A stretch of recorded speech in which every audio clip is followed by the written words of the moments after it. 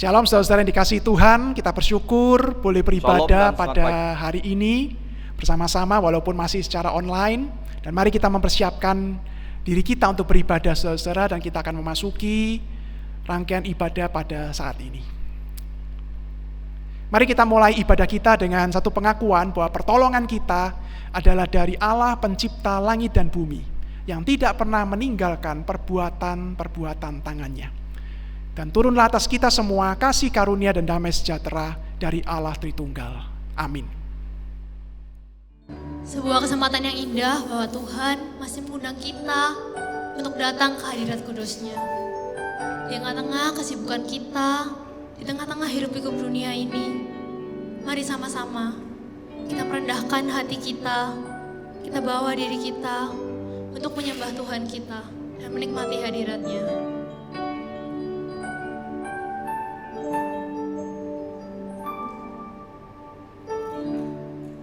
Let me enter in your place with all the weak and strong and young and old, the rich and poor and tired souls. Leave my worries on the floor and let my faith be strong as I'm covered by your grace above and love so strong. Now I lay down. Now I lay worship in this place.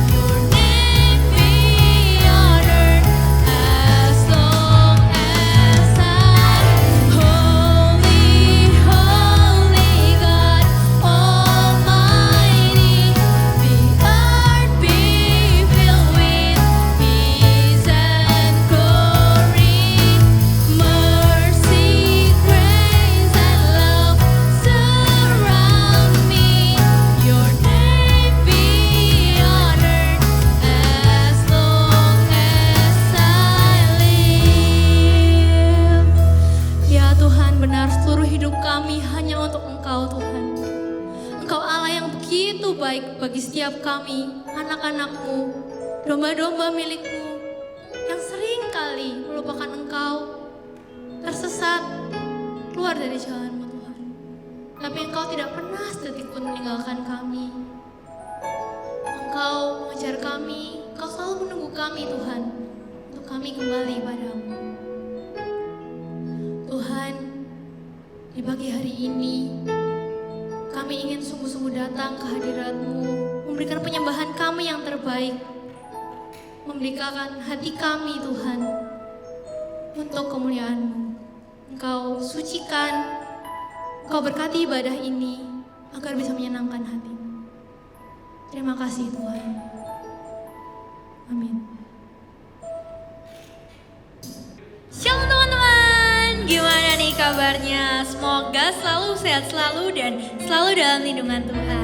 Nah, gak kerasa nih kita udah mau masukin Natal dan kita hampir berada di penghujung tahun 2021 ini.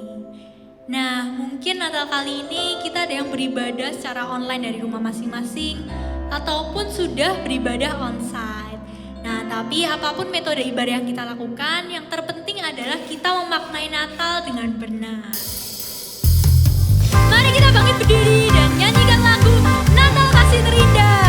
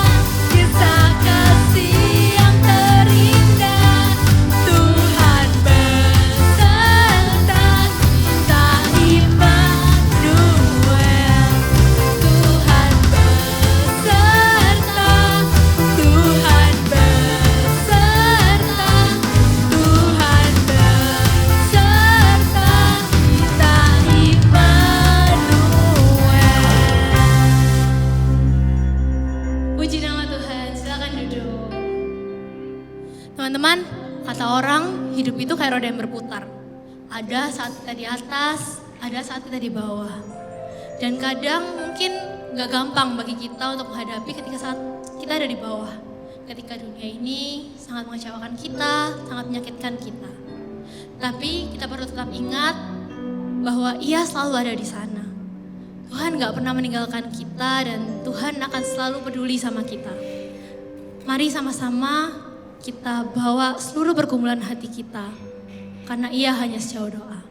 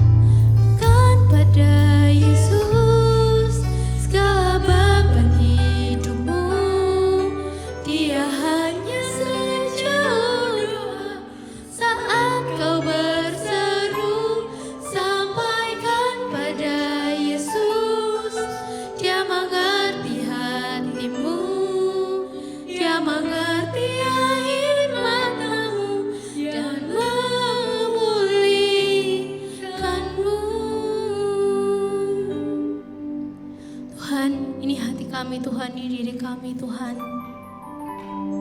Kami tahu kami anak-anak-Mu yang lemah. Dan oleh karena itu Tuhan, kami membutuhkan Engkau dalam hidup kami. Tuhan, mungkin saat ini ada di antara kami yang sedang bergumul dalam studi kami, sedang bergumul dalam pekerjaan kami, hubungan dengan orang-orang yang kami kasihi. Atau mungkin ada di antara kami yang juga bergumul dengan sakit penyakit. Tuhan, kami percaya bahwa Engkau adalah Allah yang peduli. Engkau adalah Allah yang mengerti setiap persoalan yang sedang kita hadapi. Dan Engkau gak akan pernah membiarkan kami melewatinya semua sendirian. Tuhan, ampuni kami juga jika kami saat ini lebih mengandalkan diri kami sendiri. Saat ini Tuhan, kami ingin sungguh-sungguh datang, kami ingin berserah Tuhan kepada kehendak-Mu. Karena kami tahu Tuhan, Engkau Allah yang sungguh mengasihi kami, dan Engkau punya tujuan yang baik dalam setiap hidup kami Tuhan. Tolong bantu kami Tuhan untuk percaya bahwa rancangan-Mu adalah selalu rancangan yang terbaik bagi setiap hidup kami. Tuhan, saat ini kami juga ingin berdoa untuk negara kami Tuhan. Kami mengucap syukur bahwa sampai saat ini angka COVID sudah mulai menurun dan kondisi sudah mulai pulih pelan demi pelan. Tuhan, sebentar lagi kami akan memperingati bulan Desember ini Tuhan, dan kami tahu mungkin akan ada mobilitas yang lebih tinggi Tuhan, dan mungkin ada peluang bahwa ke depan corona ini akan menjadi lebih parah lagi. Tapi kami percaya Tuhan, Engkau Allah yang berdaulat, Engkau Allah yang punya kontrol atas setiap hal yang ada di dunia ini. Tolong kiranya Engkau berkati mungkin rencana PPKM yang akan dilaksanakan di akhir Desember ini Tuhan. Engkau berkati pemerintah supaya bisa menjalaninya, menerapkannya dengan tegas, sehingga tidak ada jumlah angka yang semakin meningkat lagi Tuhan. Tuhan, inilah pokok-pokok doa kami Tuhan. Kiranya semua terjadi seturut dengan kehendak-Mu. Terima kasih Tuhan, terima kasih. Amin.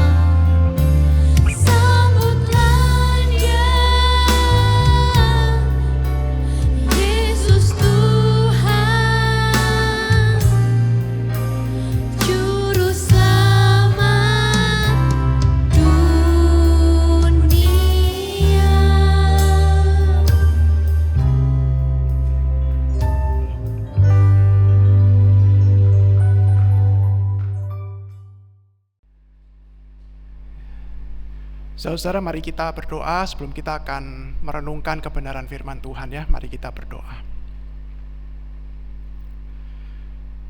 Tuhan, kami akan belajar kebenaran firman-Mu. Tolonglah kami supaya kami bisa memahami akan kebenaran firman Tuhan. Dan Tuhan juga menolong kami supaya kami juga bisa belajar untuk mencoba mengaitkannya dengan kehidupan kami pribadi lepas pribadi, untuk kami juga mendapatkan kekuatan dari Tuhan untuk boleh menghidupi kebenaran Tuhan dalam hidup kami. Pimpin kami semua, berkati hamba-Mu yang terbatas ini. Tuhan boleh menguduskan dan melayakkan dia. Di dalam nama Tuhan Yesus kami berdoa. Amin. Jadi saudara, tema kita pada hari ini adalah Preparation in the Wilderness, mempersiapkan diri di dalam padang belantara ya, padang belantara kehidupan itu maksudnya ya. Nah saudara-saudara, karena kita sudah memasuki masa-masa untuk memperingati Natal, maka saya ingin mendasari perenungan tema ini dengan mengambil dari kisah Tuhan Yesus dicobai oleh iblis di padang gurun, di padang belantara. Nah saudara-saudara, kalau kita melihat kitab Injil, maka kisah ini ada di 2 Injil. Yang pertama di Injil Matius pasal yang keempat, dan yang kedua yang saya akan merenungkan, kita akan merenungkannya pada hari ini adalah dari Injil Lukas pasal yang keempat ayat yang pertama sampai yang ke-13 ya. Injil Lukas pasal yang keempat ayat yang pertama sampai yang ke-13. Jadi mari kita baca sama-sama, kita akan melihat tema mempersiapkan diri di dalam padang belantara dari kisah Tuhan Yesus dicobai di padang gurun dari Lukas pasal yang keempat ayat yang pertama sampai yang ke-13. Demikian bunyinya. Yesus yang penuh dengan Roh Kudus kembali dari sungai Yordan, lalu dibawa oleh Roh Kudus ke padang gurun.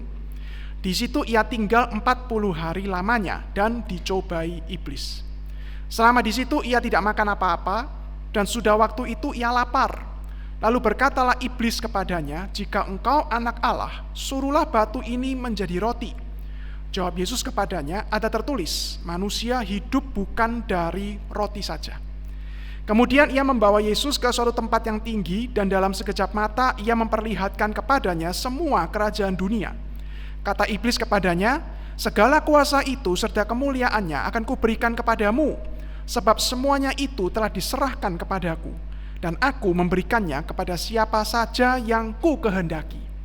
Jadi, jikalau engkau menyembah aku, seluruhnya itu akan menjadi milikmu." Tetapi Yesus berkata kepadanya, "Ada tertulis, engkau harus menyembah Tuhan Allahmu, dan hanya kepada Dia sajalah engkau berbakti." Nah, kemudian ia membawa Yesus ke Yerusalem dan menempatkan dia di bubungan bait Allah, lalu berkata kepadanya, "Jika engkau anak Allah, jatuhkanlah dirimu dari sini ke bawah. Sebab ada tertulis mengenai engkau, ia akan memerintahkan malaikat-malaikatnya untuk melindungi engkau. Dan mereka akan menatang engkau di atas tangannya, supaya kakimu jangan terantuk kepada batu." Yesus menjawabnya, katanya, "Ada firman, jangan engkau mencobai Tuhan Allahmu." Sudah iblis mengakhiri semua pencobaan itu, ia mundur daripadanya dan menunggu waktu yang baik. Mempersiapkan diri untuk ada di padang belantara kehidupan yang penuh dengan pencobaan, saudara-saudara. Nah, saudara-saudara, bisa berarti 2 macam ya kalau kita mencoba melihat tema ini, saudara-saudara. Yang pertama adalah kita itu belum ada di padang belantara itu, dan kita itu kemudian mempersiapkan diri. Karena sebentar lagi atau pasti gak lama lagi kita akan menghadapi padang belantara yang penuh dengan pencobaan itu. Nah, tapi yang kedua, saudara-saudara, yang sebenarnya kita alami dalam kehidupan ini, yang kita akan belajar dari Tuhan Yesus, saudara-saudara, sebenarnya kita itu sudah ada di padang belantara itu. Kita sudah ada di tengah-tengah padang belantara yang penuh dengan pencobaan itu, saudara-saudara. Sehingga mau tidak mau, kita itu memang harus mempersiapkan diri, seperti yang ditunjukkan Tuhan Yesus melalui firman Tuhan pada hari ini. Jadi saudara-saudara, kita itu sebenarnya hidup di tengah-tengah dunia ini, sebenarnya kita itu sudah ada di tengah padang belantara yang penuh dengan pencobaan. Karena dunia ini sudah jatuh dalam dosa, saudara-saudara. Dunia yang sudah jatuh dalam dosa, itu artinya adalah dunia ini sudah rusak segala aspek yang ada di dalamnya. Dan sebagai anak-anak Tuhan yang telah percaya kepada Yesus, kita itu sekarang hidup di tengah-tengah dunia yang seperti ini. Dan saudara-saudara, celakanya adalah di tengah-tengah dunia yang seperti ini, iblis itu ternyata bermain-main di dalamnya untuk terutama mencobai anak-anak Tuhan, mencobai orang percaya. Itu yang dia lakukan kepada Tuhan kita Yesus Kristus, dan itu yang dia juga lakukan kepada para murid Tuhan Yesus, dan itu juga yang dia tidak pernah berhenti untuk melakukannya kepada kita semua sebagai orang-orang percaya kepada Kristus. Jadi saudara-saudara, kita itu sebenarnya ada dan sudah ada di padang belantara kehidupan ini. Dunia yang penuh dengan dosa, dan iblis itu bermain-main di sana untuk menjatuhkan kita, orang-orang percaya. Nah saudara-saudara, kalau kita membaca surat Efesus pasal yang ke-6 mulai ayat yang ke-10, saudara, Rasul Paulus itu juga sudah mengingatkan kita bahwa sebenarnya hidup kita di tengah-tengah dunia ini menghadapi peperangan yang disebut peperangan rohani. Peperangan rohani itu artinya, saudara, Paulus mengatakan peperangan kita, perlawanan kita di tengah-tengah dunia ini sebenarnya kita itu bukan berhadapan dengan darah dan daging, tetapi kita itu berhadapan dengan roh-roh jahat di udara, berhadapan dengan setan, dengan iblis, berhadapan dengan penghulu-penghulu pengikut roh-roh jahat di udara itu, yang ingin kemudian bermain-main di sana di tengah-tengah dunia ini untuk kemudian menjatuhkan anak-anak Tuhan. Jadi saudara, firman Tuhan itu mengingatkan sebenarnya kita itu sudah ada di dalam padang belantara kehidupan ini. Dan kita itu ada di tengah-tengah peperangan rohani, berhadapan dengan sang master dari semua itu, yaitu iblis sendiri, yang ingin memakai semua yang ada di dunia ini untuk menjatuhkan diri kita. Nah, saudara-saudara, kalau kita bicara tentang peperangan rohani, kita bicara tentang peperangan dengan iblis, maka saudara-saudara tentunya kita itu tidak boleh berpikir hanya sekedar ini masalah kerasukan setan, ya toh, masalah demon possession, masalah kita itu melihat seperti di film-film Dracula, Van Helsing atau sebagainya, saudara-saudara. Tapi lebih dari itu, saudara. Kita bisa berhadapan dengan sesuatu yang nampaknya biasa-biasa saja, nampaknya begitu cocok dengan kehidupan kita, tapi sebenarnya ada permainan si jahat di balik semua itu. Nah, bagaimana saudara kita itu akan mempersiapkan diri kita untuk hidup di tengah-tengah padang belantara kehidupan ini? Karena mau nggak mau kita harus mempersiapkan diri kita, karena kita sudah ada di padang belantara kehidupan ini. Nah, saudara-saudara, Tuhan Yesus di dalam Injil Lukas itu menunjukkan kepada kita apa yang kita mesti perhatikan sebagai anak-anak Tuhan dari apa yang Tuhan itu sudah tunjukkan lebih dahulu kepada kita, saudara. Saudara, ketika Tuhan itu menang melawan pencobaan iblis di padang gurun, saudara, Tuhan Yesus menunjukkan kepada kita banyak hal untuk kita bisa pegang dan pelajari, saudara. Saudara, yang Tuhan ingatkan pertama kali itu tentunya adalah siapa itu iblis. Dia adalah bapa pendusta. Dia adalah pribadi setan yang sangat tricky, sangat licik untuk menghancurkan dan menjatuhkan kita. Seorang pendeta mengatakan iblis itu makelar dosa, saudara, yang akan bekerja dalam kehidupan kita, menggoda kita, terutama kita yang masih bergumul dengan hawa nafsu, dengan kedagingan ini, saudara, untuk kemudian memberikan kepada kita godaan-godaan untuk jatuh dalam dosa. Nah, bagaimana kita akan berhadapan dengan hal ini, saudara? Maka Tuhan Yesus menunjukkan beberapa hal. Pencobaan Tuhan Yesus di padang gurun itu menunjukkan dan mengingatkan kita beberapa hal. Yang pertama, saudara, mari kita berhati-hati dengan apa yang pertama kali ditunjukkan iblis kepada Tuhan Yesus, yang juga dia bisa perbuat dalam kehidupan kita.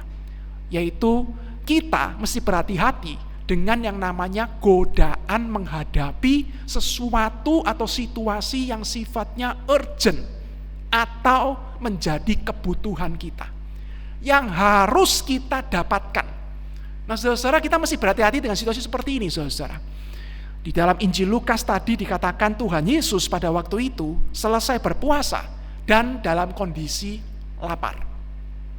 Urgent untuk makan.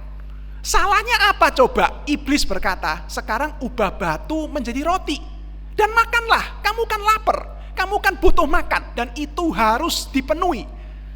Seakan-akan gak bisa ditunda lagi, saudara.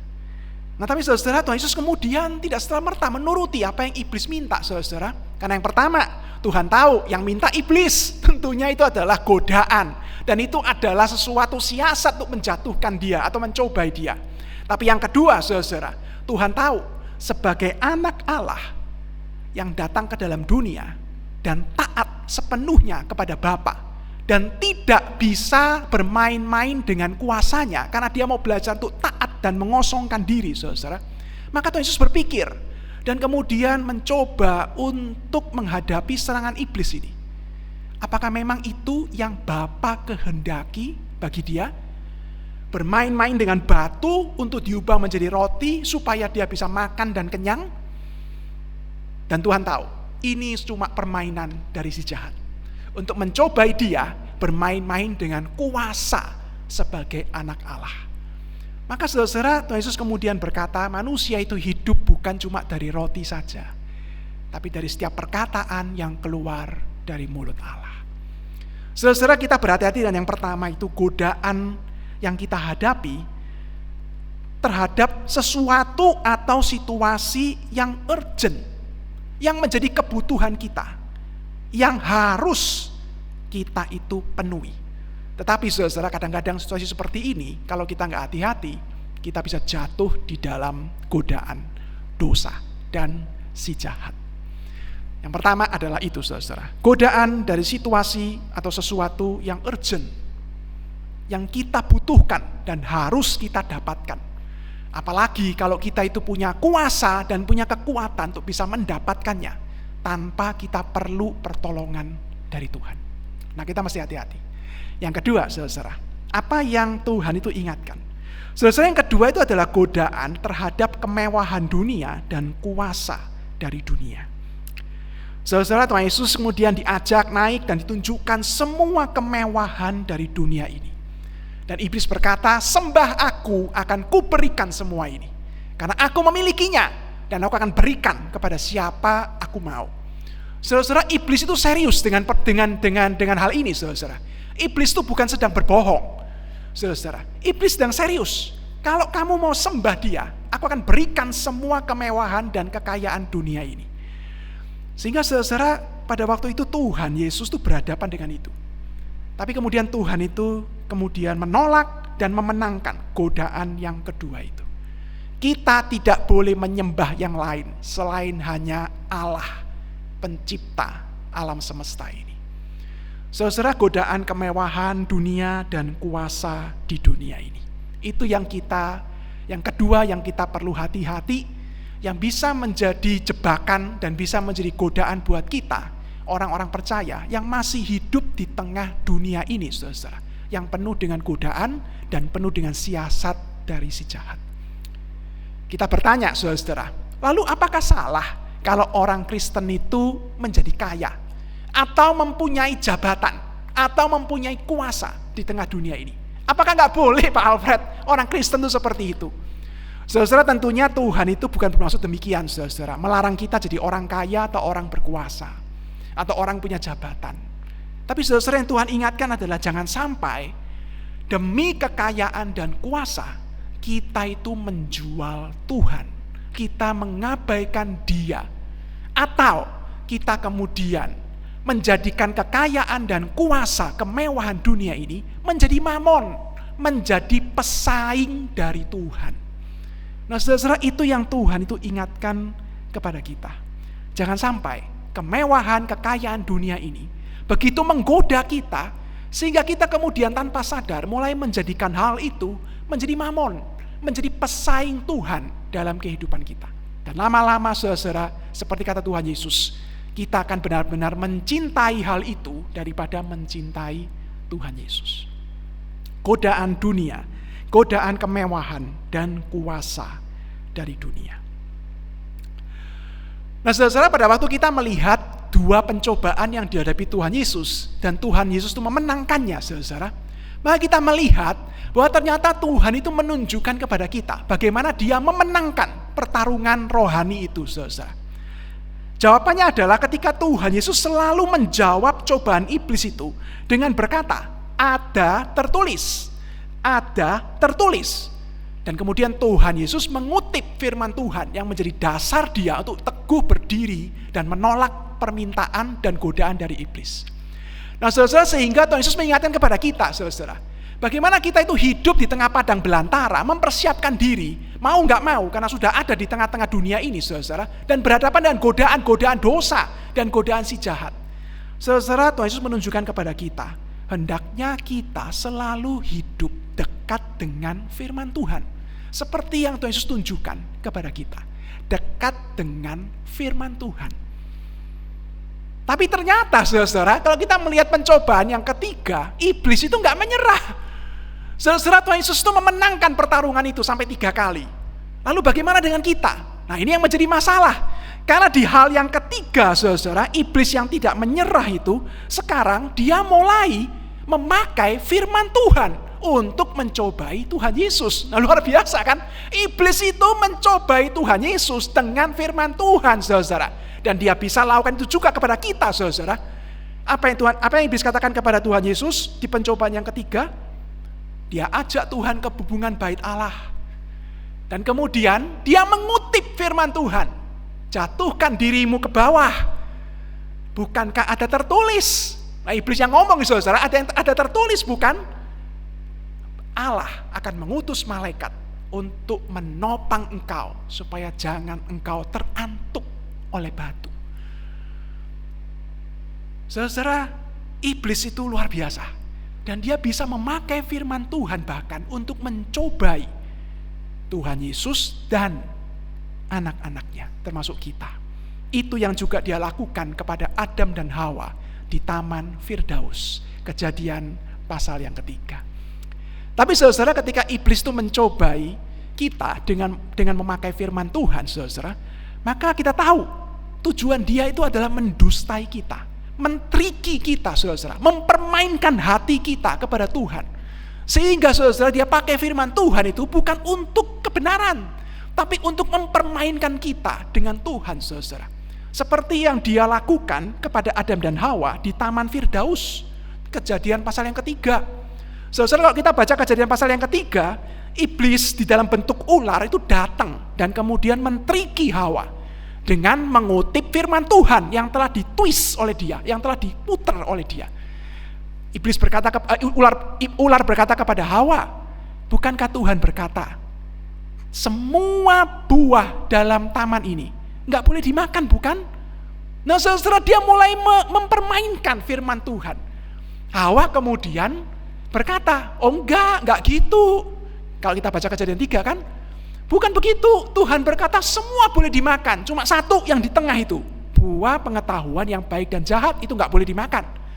Karena nanti kamu mati, kata Tuhan. Saudara, ular itu kemudian mentriki firman Tuhan itu. Untuk apa? Mempermainkan hati Hawa pada waktu itu di hadapan Tuhan. Apa kata ular? Enggak. Sebenarnya enggak begitu kok.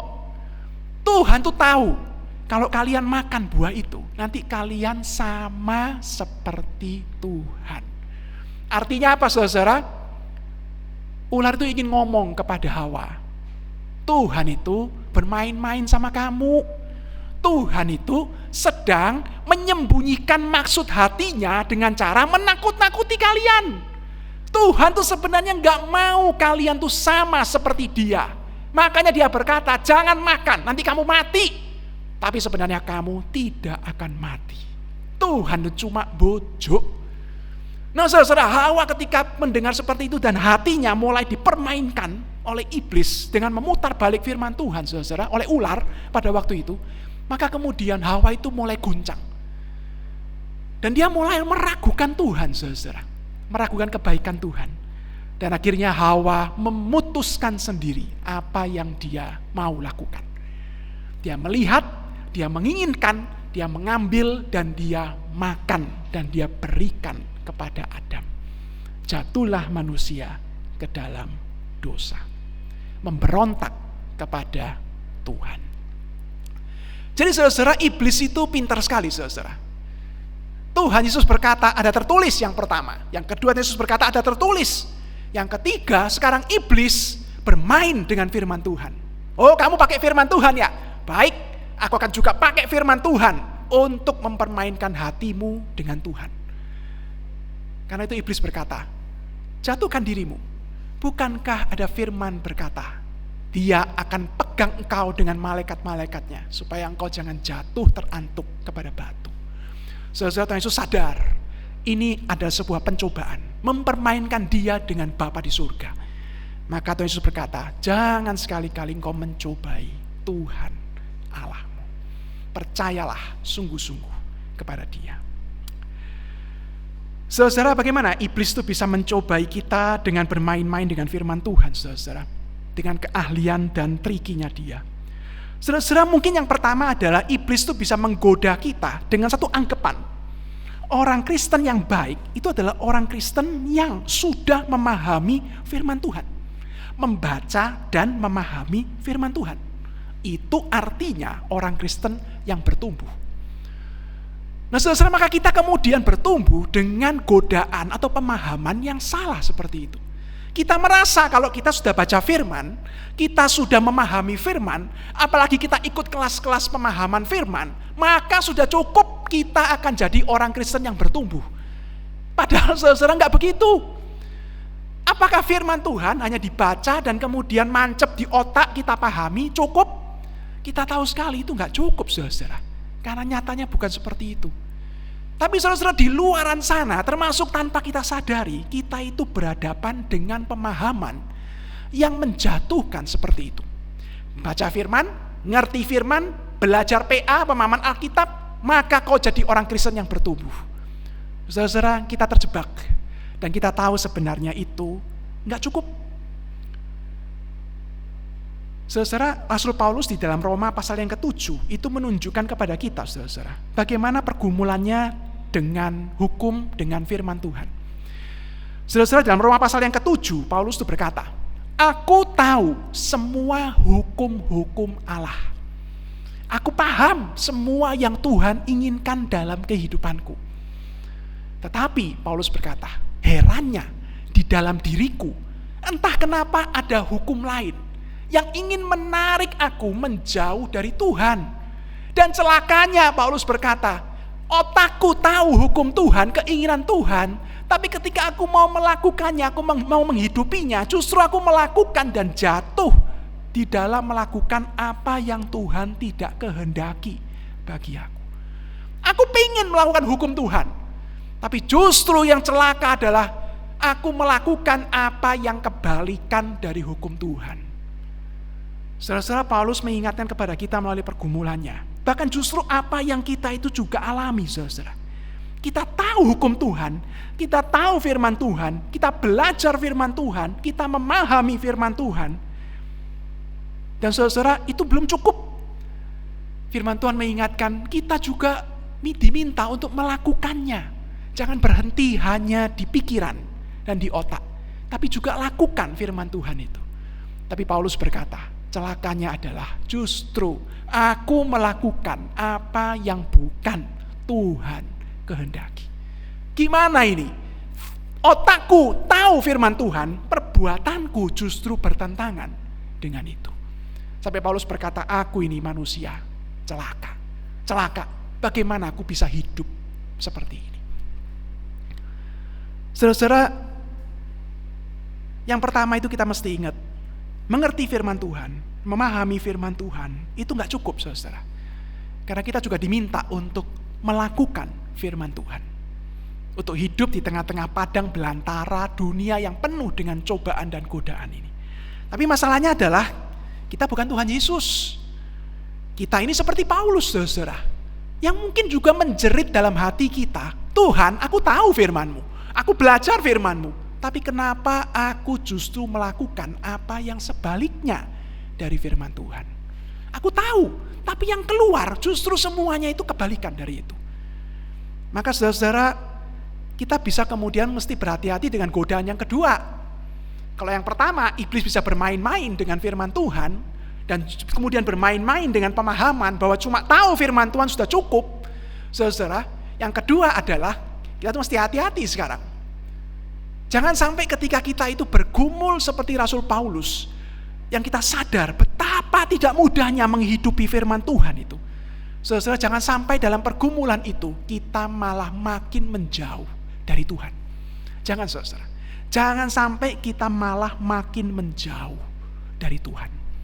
Ketika kita gelisah karena kita itu terus jatuh bangun dalam menghidupi firman Tuhan. Aku rindu menghidupi firman Tuhan. Ketika kita jatuh bangun seperti itu, saudara, jangan kita makin menjauh dari Tuhan. Saudara, saya pernah ngobrol-ngobrol dengan beberapa teman dalam pelayanan saya di sekolah. Kemudian ada beberapa teman itu sharing, saudara. Kenapa ya Pak Alfred ya? Ketika malam-malam saya mau baca firman Tuhan, itu kemudian ketika saya mulai buka firman Tuhan, seperti ada sesuatu suara itu berseliweran di pikiran dan telinga saya. Alah, wong seharian kowe berbuat dosa yo, sok alim mau baca firman Tuhan. paling nanti baca, tidur, besok pagi buat dosa lagi. Nah kemudian dia mengatakan, Pak Alfred seringkali akhirnya, iya ya, ngapain ya, saya tutup aja, saya tidur, selesai. Daripada setiap baca firman Tuhan, kemudian tegur, dan besok pagi kemudian jatuh kembali, dan saya hanya bisa meratap dan menangisi dan menyesali semuanya. Teman yang lain juga ngomong, iya Pak Alfred, saya begitu berpikir, kenapa saya itu sudah tahu firman Tuhan, melayani dan ini dan itu. Tapi ketika kemudian mau menghidupi itu, mau sungguh-sungguh mencintai Tuhan dengan firman-Nya, selalu tidak mudah. Dan saya itu terus bertanya-tanya apa yang sedang salah dalam hidup saya. Dan kadang-kadang saya mulai hilang gairah rohani. Dan kadang-kadang lebih baik saya itu menjauh sebentar dah, daripada saya itu malu ketemu Tuhan. Saudara, justru dalam hal seperti itu, kita mesti berhati-hati. Jangan kita makin menjauh dari Tuhan. Karena ketika kita gelisah seperti itu, saudara, artinya adalah kita itu tak sadar. Aku tidak mampu menghidupi firman Tuhan dengan kekuatan sendiri. Tapi aku dimampukan untuk menghidupi firman Tuhan dengan pertolongan Tuhan Yesus yang pernah dicobai, tapi dia menang. Dan dialah pengharapan dan pertolongan kehidupan kita satu-satunya untuk menghidupi firman Tuhan. Saudara-saudara, jangan menjauh dari firman Tuhan, dari Tuhan ketika kita itu mulai gelisah dengan peperangan rohani, dengan hidup kita yang rasanya itu selalu jatuh bangun di dalam dosa untuk menghidupi firman Tuhan. Jangan jauh, saudara. Kita hanya jatuh dalam jebakan-jebakan tipuan si jahat yang memang ingin menjauhkan kita dari Tuhan. Tapi kita itu sadar, Tuhan, aku butuh Engkau, karena Engkau yang sudah menang dan menolong aku untuk hidup dalam firman Tuhan. Saudara, maka Tuhan Yesus mengingatkan dalam Matius 7 ayat 24-27, dengarkan dan lakukan firman Tuhan. Karena itulah hidup yang sejati dan yang teguh di tengah badai pencobaan dunia ini. Dengarkan, terima, mengerti, dan lakukan firman Tuhan. Matius 7 ayat 24-27. Hidupmu akan seperti rumah di atas batu yang kuat. Datang rupa-rupa angin, ribut, badai, banjir, dan sebagainya. Hidupmu akan teguh berdiri di atas dasar firman Tuhan. Lakukan, berlatihlah, jatuh bangun gak apa-apa, berdiri dan berharap kepada Tuhan, sandar kepada pengampunan dan pertolongannya, untuk terus berlatih menghidupi firman Tuhan. Seperti atlet yang selalu berlatih dan berlatih menghidupi firman Tuhan. Tapi yang berikutnya, saudara, mungkin ada di antara Anda juga berkata kepada saya, Pak, saya tahu saya mesti melakukan firman Tuhan. Saya tahu gak cuma ngerti, belajar firman Tuhan itu cukup, tapi juga menghidupinya. Tapi Pak, bahkan untuk membacanya, bahkan untuk berhadapan dengan firman Tuhan, kok hati ini rasanya tidak ada kerinduan. Saya tahu, tapi hati ini seperti jauh dari pengetahuan saya. Lalu mesti bagaimana, Pak? Saudara, kita belajar dari pemazmur di dalam Mazmur 119. Pemazmur dalam Mazmur 119 yang panjang itu, saudara. Dia meneriakkan doa permohonan kepada Tuhan untuk merindukan, untuk selalu pingin dan menghidupi firman Tuhan. Saudara, mari kita belajar dari pemazmur di dalam Mazmur nomor 119 itu. Kadang-kadang dia sampai minta, Tuhan berikan kepadaku hati yang mengasihi firman-Mu. Tuhan, biarlah ketika aku itu membaca firman-Mu, itu seperti madu yang menyentuh bibirku, dan aku merasakan manisnya, sehingga aku pingin, dan pingin lagi, dan pingin lagi. Nah, dia sampai minta begitu, saudara. Dan dia terus meminta, dan dia berkata, Tuhan, tanamkan firman-Mu dalam hatiku, sehingga aku itu jangan berbuat dosa.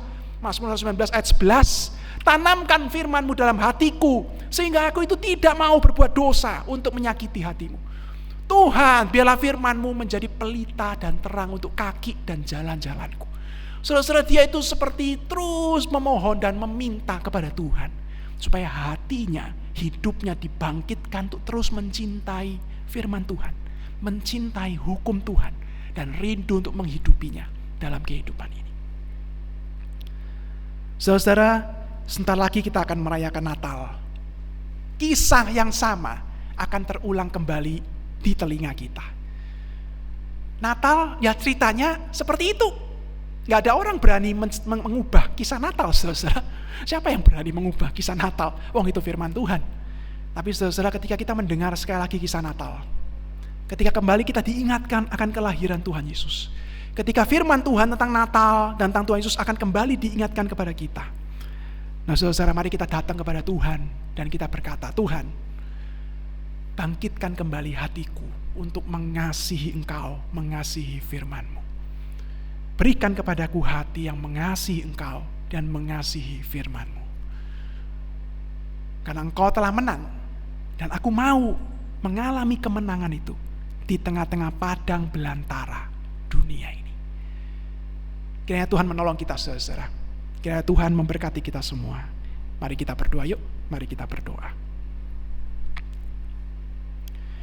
Tuhan, kami bersyukur Engkau adalah Tuhan yang menang dalam kehidupan kami.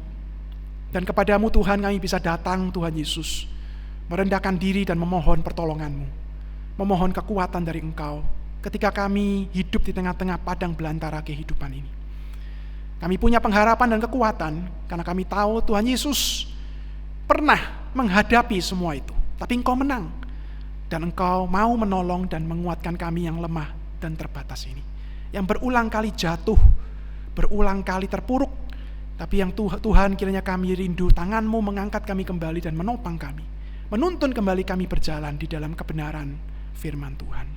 Tolong kami ya Tuhan ketika menghadapi godaan-godaan dunia ini, godaan dari si jahat, termasuk ketika kami menghadapi godaan dari dalam diri kami sendiri, hukum-hukum lain seperti kata Rasul Paulus itu, supaya kami dikuatkan dan ditolong oleh Tuhan. Berikan kepada kami hati yang mengasihi Tuhan dan mengasihi firman-Mu. Dalam nama Tuhan Yesus kami berdoa. Amin. Mari dengan segala gereja di segala abad dan segala zaman kita ikrarkan pengakuan kita, pengakuan iman rasuli. Pengakuan iman rasuli.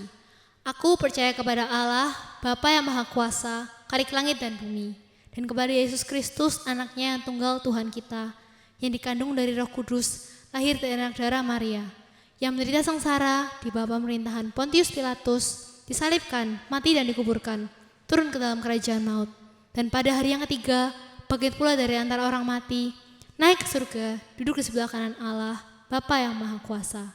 Dan dari sana ia akan datang untuk menghakimi orang yang hidup dan yang mati. Aku percaya pada Roh Kudus, gereja yang kudus dan am, persekutuan orang kudus, pengampunan dosa, kebangkitan tubuh, dan hidup yang kekal. Amin. Untuk meresponi firman yang sudah kita dengar, mari sama-sama kita nyanyikan satu pujian, Ku Tetap Setia.